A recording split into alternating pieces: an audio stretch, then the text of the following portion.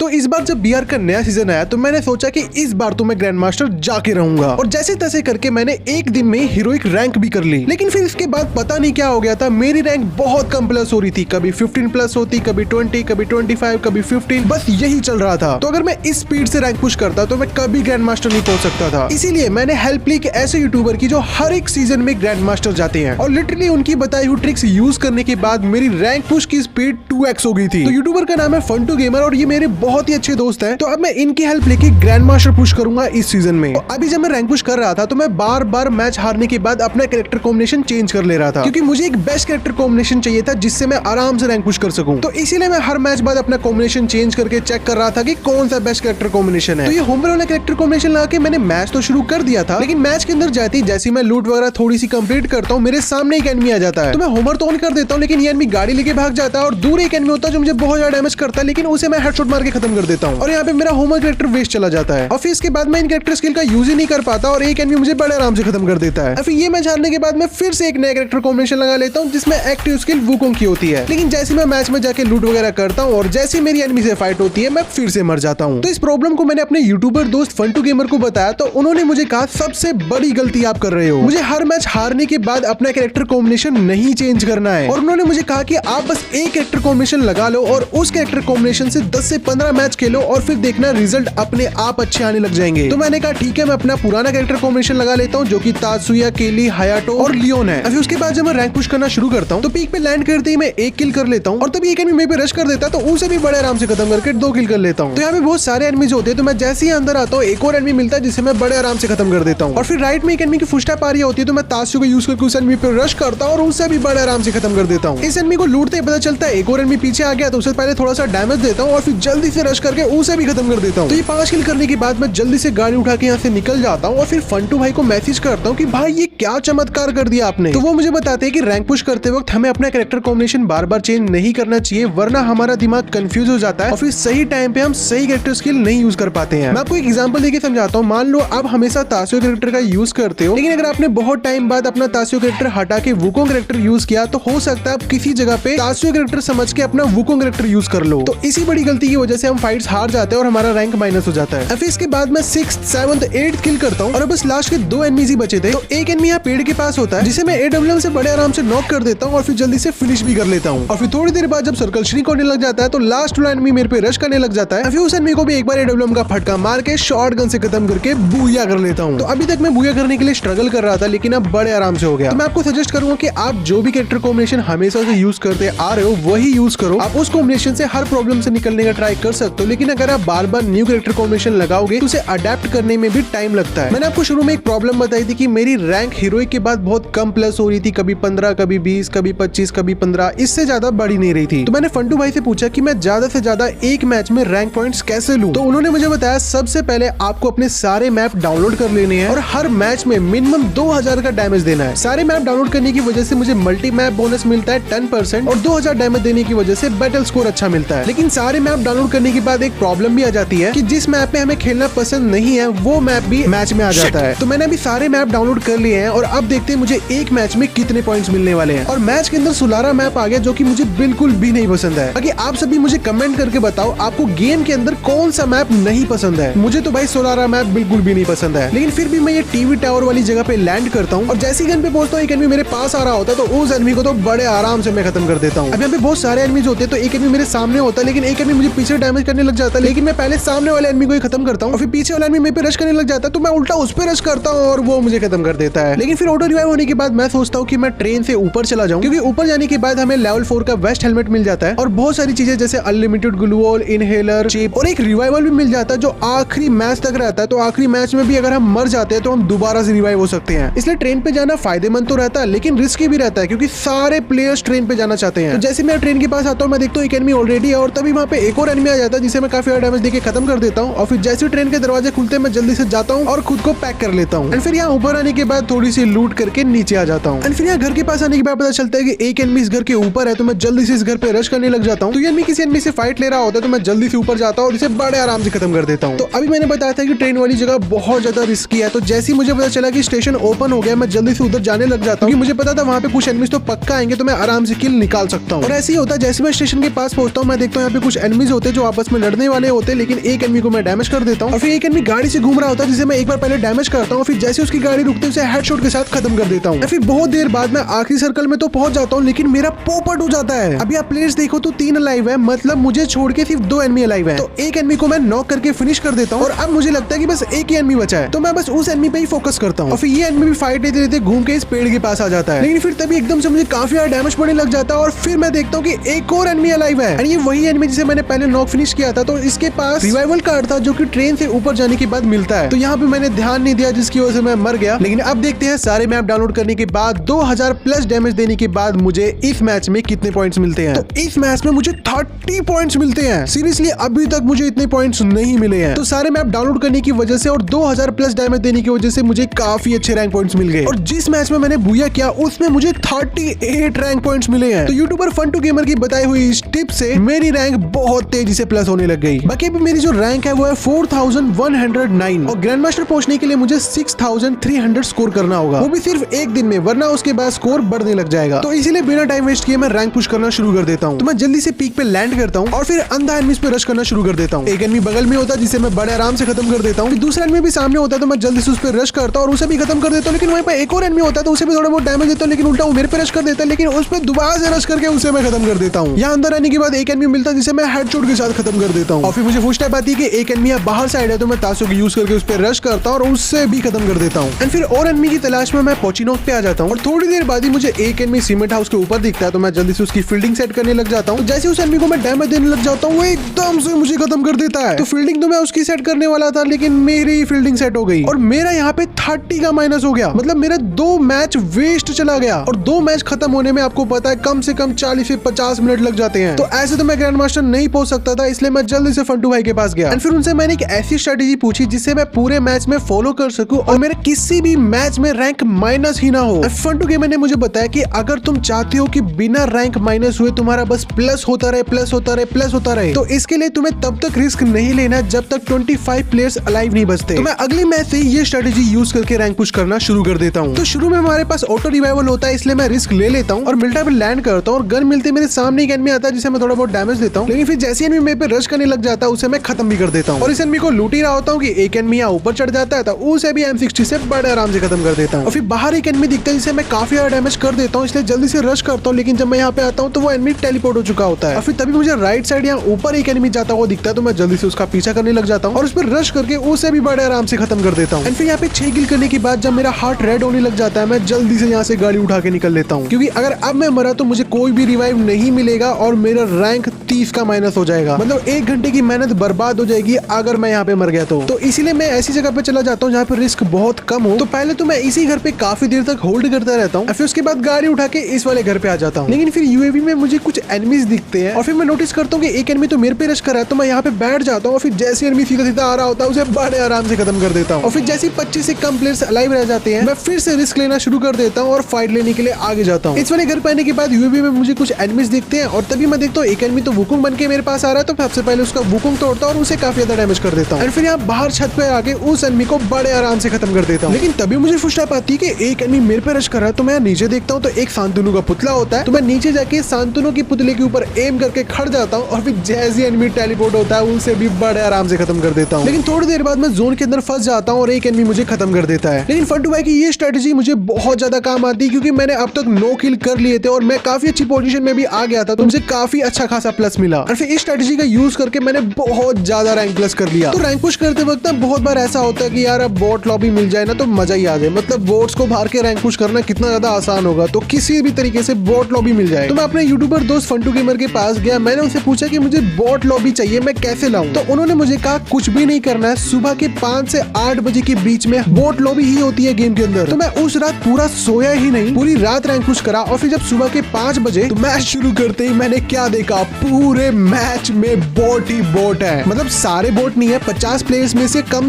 20 से 25 player boat है और बाकी रियल प्लेयर है। बाकी आप ये मत सोचना क्लासिक मैच है, आप मैप के ऊपर देख सकते हो मेरी रैंक। तो बोट लॉबी का फायदा तो मैं उठाने ही वाला था, इसलिए मैं पीक में जाता हूँ, डबल वेक्टर उठाता हूँ और फिर मैं देखता हूँ एक बोट एनिमी धीरे धीरे लैंड कर रहा है, तो जल्दी से रश करके उसे सबसे पहले खत्म करता हूँ और फिर सभी बोट्स को मारना शुरू कर देता हूँ और फिर मेरे 2 किल 3 किल 4 किल 5 किल 6 किल 7 किल 8 किल 9 किल 10 किल 11 किल 12 किल 13 किल 14 किल 15 किल 16 किल और 17 किल के साथ मैंने बूया किया और मुझे 41 का प्लस मिला। और सिर्फ इतना ही नहीं, मेरी 3 की स्ट्रीक भी बन चुकी थी और अगले मैच में भी मैंने 14 किल के साथ बूया किया और 4 की स्ट्रीक बना ली। तो सुबह मैंने बहुत ही ज्यादा रैंक प्लस किया और अभी मेरी रैंक हो चुकी है 5200 और अब ग्रैंड मास्टर पहुंचने के लिए मुझे बस 1100 रैंक चाहिए थी। तो मैं सोचा कि फंटू भाई से कुछ गेम की टिप्स एंड ट्रिक्स भी ले लेते ताकि मैं हर फाइट को इजीली जीत पाऊं। तो फंटू भाई ने मुझे बताया कि मिनी यूएवी का यूज कैसे करना है। सबसे पहले उन्होंने मुझे यूज बताया कि जब भी मैं किसी मैच में लैंड करता हूँ और उस जगह पे फाइट खत्म करने के बाद अगर मेरे पास मिनी यूएवी है तो मुझे जल्दी से यूज कर लेना ताकि मुझे पता चल सके जिस जगह पे मैं आराम से लूट रहा हूँ वहाँ पे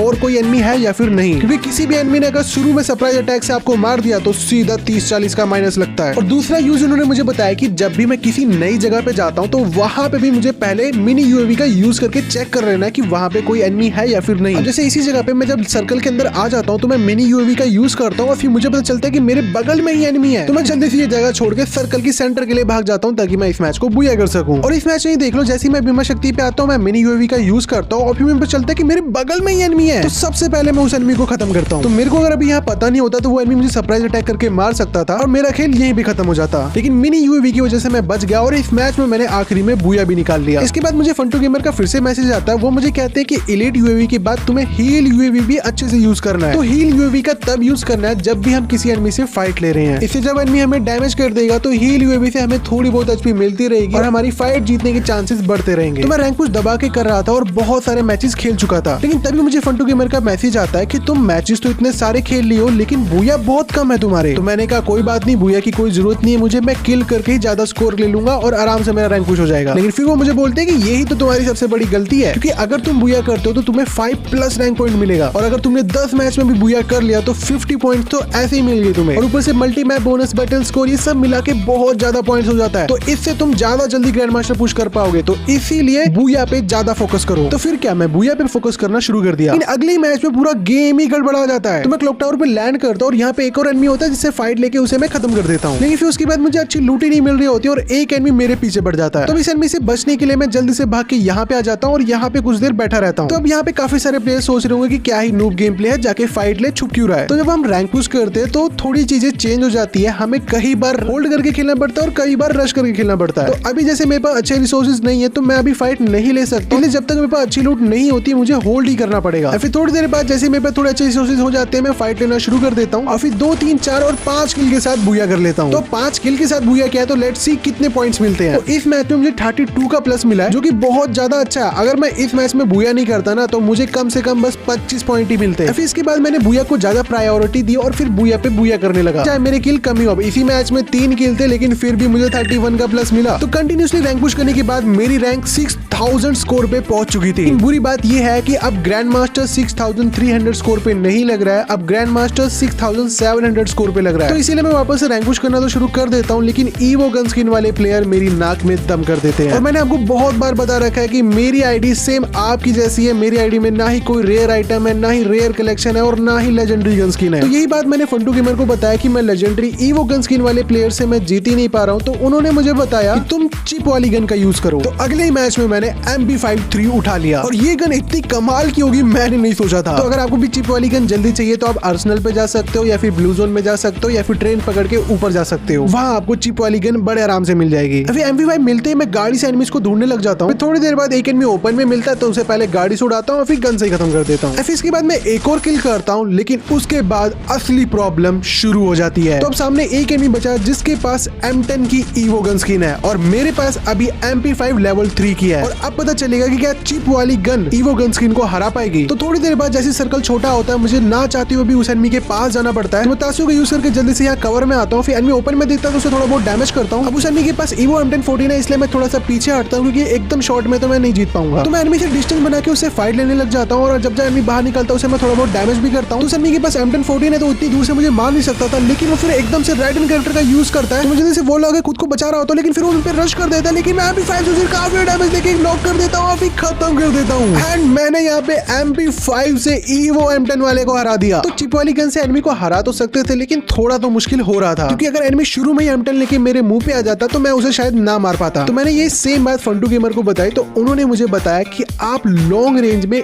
AWM गन का यूज करो। AWM गन चलाने का पहला फायदा तो ये है जैसे एनिमी को 150 का शॉट पड़ता है उसकी फटके 4 हो जाती है, और ऊपर से अगर आपने AWM के 2 से 3 शॉट एनिमी को मार दे तो उसकी वेस्ट पूरी फट जाती है। तो उस एनिमी को अगर आप कोई नॉर्मल गन से भी मारोगे तो बहुत ज्यादा डैमेज पड़ेगा और वो एनिमी बहुत जल्दी खत्म हो जाएगा। फिर चाहे उस एनिमी के पास कोई भी लेजेंडरी वो गन स्किन हो, वो आपको नहीं हरा पाएगा। तो मुझे AWM इतनी अच्छी चलाने नहीं आती, लेकिन फिर भी मैंने इस मैच में AWM ले लिया। तो मैंने यहाँ स्टेशन पे AWM ले लिया था। फिर उसके बाद जब मैं यहाँ नीचे आता हूँ तो मुझे पता चलता है कि मेरे लेफ्ट वाले घर पे एक एनिमी है और वो एनिमी मुझे बहुत ज्यादा डैमेज भी कर देता है। तो मैं हील खत्म करने के बाद यहाँ ऊपर आ जाता हूँ। फिर जैसे उस एनिमी पे एम कर रहा होता हूँ वो एनिमी मुझे डैमेज देने लग जाता है। उसे एक शॉट पड़ता है और वो एक शॉट में ही खत्म हो जाता है। तो मैं थोड़ी देर पहले कहा था ना कि अगर आप AWM से एक एनिमी को भी फटका मार दोगे तो उसकी फटकी 4 हो जाएगी। तो मैं जैसे यहाँ नीचे आता हूँ, एक एनिमी मुझे डैमेज दे रहा होता है तो उसे एक AWM का फटका मारता हूँ, उसकी फटके 4 हो जाती है। लिटरली इसके बाद एनिमी मेरे सामने बाहर ही नहीं निकलता, वो पता नहीं कहाँ गायब हो जाता है। मैं यहाँ पे लोकेशन चेक करने वाला भी यूज करता हूँ, लेकिन वो आस पास कहीं भी नहीं होता। तो 1v1 फाइट में AWM का खौफ तो है। फिर थोड़ी देर बाद जब जोन यहाँ पे आ जाता है तो मैं ऐसे जा ही रहा होता हूँ, फिर पता चलता है कि ये एनिमी तो यहाँ इस घर में छुपा हुआ है। तो इस एनिमी को भी मैं बड़े आराम से खत्म कर देता हूँ। इसके बाद मैं एक और किल करता हूँ। फिर जब जोन जा रहा होता है तो मैं भी जोन जा रहा होता हूँ। फिर मैं देखता हूँ कि एक और एनिमी जोन जा रहा है तो उस एनिमी पे मैं एम करता हूँ और वो जैसे ही भागता हुआ जा रहा होता है उसे सीधा हेडशॉट के साथ खत्म कर देता हूँ। तो मुझे इतनी अच्छी AWM चलाने आती है, मुझे आज पता चला। फिर AWM की वजह से मैं लास्ट के दोनों एनिमीज को मार के बूया कर पाता हूँ। तो फन टू गेमर की बताई हुई सारी स्ट्रेटेजी और टिप्स एंड ट्रिक्स यूज करने के बाद जानते हो मेरी रैंक कितनी हो गई है? अभी मेरी रैंक हो गई है 6777 और ग्रैंड मास्टर पहुंचने के लिए बस मुझे 24 का प्लस मुझे और चाहिए। तो एक लास्ट टिप मैं अपनी तरफ से आपको देता हूँ। तो गेम खेलने के ना 2 स्टाइल होते हैं। अब सबका स्टाइल अलग अलग हो सकता है। अब मेरा स्टाइल क्या है, मैं शुरू में हॉट ड्रॉप जाता हूँ और वहाँ पे 4-5 एनिमीज को मार के मर जाता हूँ। फिर दूसरी जगह जाके थोड़ी बहुत जो भी लूट मुझे मिलती है उससे धीरे धीरे करके अपनी लूट बढ़ाता रहता हूँ और आखिरी तक पहुंच के किसी तरह बूया करता हूँ। लेकिन दूसरा स्टाइल क्या होता है खेलने का, स्टार्टिंग में रिस्क नहीं लेना, एक ऐसी जगह पे चले जाना जहाँ पे आपको अच्छी खासी लूट मिले और फिर पेट भर वहाँ पे लूट करने के बाद आप फाइट लेने जाओ। तो अब इन दोनों स्टाइल में से जो दूसरी स्टाइल है वो काफी ज्यादा सेफ है। लेकिन मुझे ऐसा लगता है जो स्टाइल 1 है उसमें ज्यादा किल्स मिलते हैं, लेकिन इस स्टाइल में उतना ही रिस्क भी है क्योंकि एक बार तो हमने 4-5 किल कर लिया, लेकिन उसके बाद जब हम दूसरी जगह जाते हैं तो वहाँ पे भी ऑलरेडी एनिमीज होते हैं जिनके पास अच्छी खासी लूट होती है लेकिन हमारे पास नहीं होती। उस वक्त कैसे आप उस सिचुएशन से बच के निकलते हो वो आप पे होता है। तो ये आपकी मर्जी है कि आप कौन से स्टाइल में गेम प्ले करना चाहते हो। तो जो स्टाइल आपको सूट करा उस स्टाइल से आप रैंक पुश करो। अब मुझे स्टाइल 1 सूट करता है इसलिए मैं अपने लास्ट मैच में भी पीक पे उतरता हूँ। फिर यहाँ पे 4-5 किल करने के बाद मैं पहली फुर्सत में निकल जाता हूँ क्योंकि अब ऑटो रिवाइवल ऑफ हो चुका है। और फिर थोड़ा टाइम होल्ड करने के बाद मैं वापस फाइट लेने जाता हूँ और फिर 1-2 किल और खत्म करने के बाद मेरा सफर यहीं पे खत्म हो जाता है। लेकिन खुशी की बात ये होती है कि मुझे जितना ग्रैंड मास्टर पहुंचने के लिए प्लस चाहिए होता है उतना ही मिलता है। 24 का प्लस मुझे यहाँ पे मिलता है एंड फिर फाइनली मैं ग्रैंड मास्टर पहुंच जाता हूँ। तो ये BR के अंदर मेरा पहला ग्रैंड मास्टर था और फन टू गेमर की मदद के बिना मैं ये नहीं कर पाता। तो आप सब जाके उन्हें भी सब्सक्राइब कर सकते हो, लिंक आपको डिस्क्रिप्शन बॉक्स में मिल जाएगा। बाकी की अगर आप जानना चाहते हो कि ग्रैंड मास्टर करने के लिए एक नॉर्मल प्लेयर को कितने मैच खेलने होंगे, मतलब आप जैसे जिसके पास लेजेंडरी गन स्किन नहीं है, एक नॉर्मल प्लेयर जो बहुत ज्यादा प्रो नहीं है और जिसने एक भी बार BR में ग्रैंड मास्टर नहीं करा, तो उसे कितने मैच खेलने होंगे ग्रैंड मास्टर करने के लिए। तो अगर आप ये जानना चाहते हो तो आप लेफ्ट वाली वीडियो पे क्लिक कर सकते हो। इस वीडियो के अंदर आपको पता चल जाएगा कि आपको कितने मैच खेलने होंगे ग्रैंड मास्टर पहुंचने के लिए, अगर आपका ये फर्स्ट टाइम है। बाकी जाने से पहले कमेंट कर देना फन टू गेमर OP, इससे मुझे काफी अच्छा लगेगा और फन टू भाई को भी काफी अच्छा लगेगा। और मुझे और अच्छा लगाने के लिए आप चैनल को सब्सक्राइब करके बेल नोटिफिकेशन को ऑल पे सेट कर सकते हो। और मैं आपको बता दूं कि 100K पे हम एक बहुत बड़ी समोसा पार्टी करने वाले हैं। तो जिसने भी अभी तक सब्सक्राइब नहीं करा है जल्दी से जाके चैनल को सब्सक्राइब करके बेल नोटिफिकेशन को ऑल पे सेट कर दो, इस वीडियो को लाइक कर दो और इस वीडियो को अपने सभी दोस्तों को शेयर कर दो। मैं मिलता हूँ किसी अगली वीडियो में, तब तक के लिए बाय बाय।